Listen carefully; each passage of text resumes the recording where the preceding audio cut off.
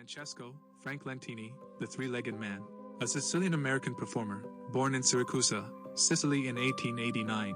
Lentini was born with a third limb that protruded from the right side of his torso due to a congenital abnormality.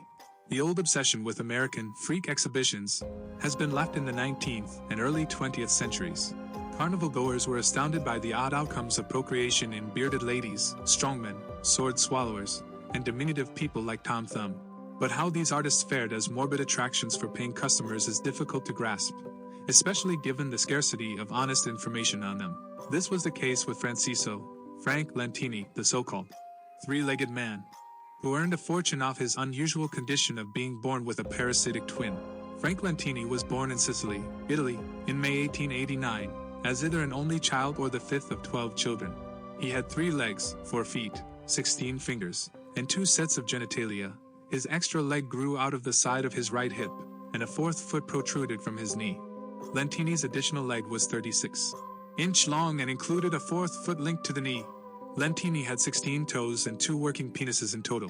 From the era belonging to a Maltese professor of medicine chose a youngster between the ages of 7 and 9 with Lentini's exact condition. It is assumed that Lentini was examined at an institution for defective children in the island of Malta. However, because the third leg was so close to Lentini's spine, physicians were concerned that removing it would paralyze the boy. Lentini loathed his third limb as a child and was said to be embarrassed by it. He felt constrained by its presence because he believed he couldn't participate in sports or do activities that other boys his age could. Given the risk of removing it, Lentini had no choice except to accept his predicament. In 1890, a man named Vincenzo Magnano was traveling Italy with a puppet show when he came upon Francesco, who was 6 years old, in the village of Rosellini, Sicily. Magnano thought the youngster would be a great addition to the Barnum and Bailey circus, so he asked Francesco's parents whether they would agree to their son traveling to America. They consented on the condition that they accompany Frank to the United States. After accumulating funds for their travel, the 3 Lentinis, along with Magnano and his pregnant wife, set sail for Bridgeport in 1892. Lentini visited an institution in Italy as a child and saw deaf, blind, and seriously crippled children living happy lives.